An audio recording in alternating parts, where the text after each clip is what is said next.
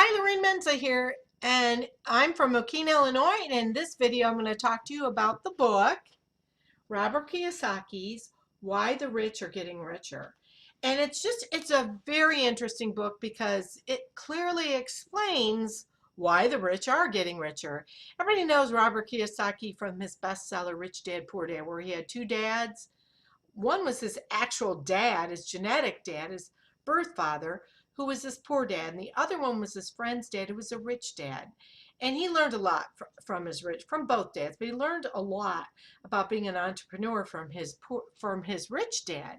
And so this book goes on and tells you a story about his life, his business dealings, and why debt and taxes can kill your income, or debt can make you a great income and taxes when done correctly, when you do your business correctly. So Robert clearly explains why you can be killed by taxes. And if you look at this book here, let's get this up closer. So,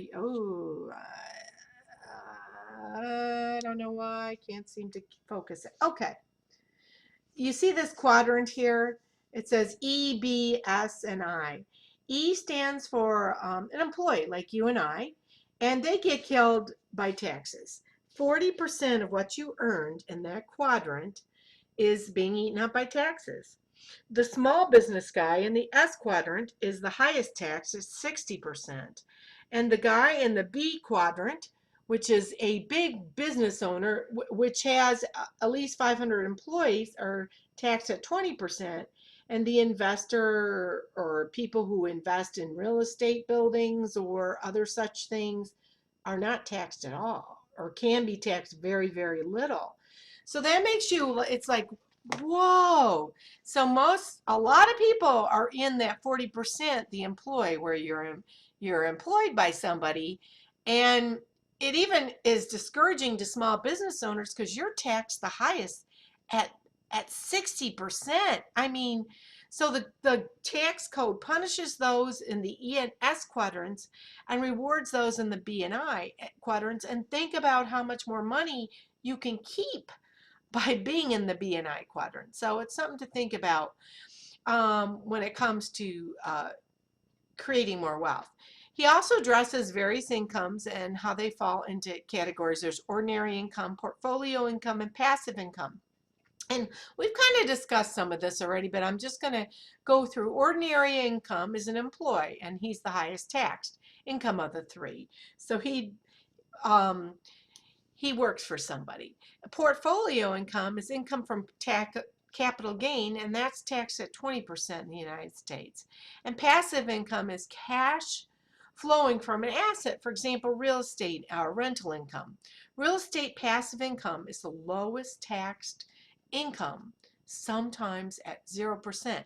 So you can see where Robert Kiyosaki's going with this. He's a real estate investor. He owns apartments upon apartments. I mean, bringing in millions and millions of dollars a year, but he's also got a lot of dollars in debt. But he goes on to explain another concept, which I thought was kind of interesting. It was called phantom income. And that according to Robert, it's income you get to keep due to appreciation, depreciation, debt, and amortization. And I would think it'd also be that tax area you're in. So if you're in the real estate area where you're bringing in income from renters, you're able to keep all your income. You're not being taxed. So also in real estate, renters pay off your debt or amortize your debt. Your renters pay off or your debt or amortizing your debt, reducing it. That's called phantom income. It's money you don't see, but it's a derivative of debt and taxes.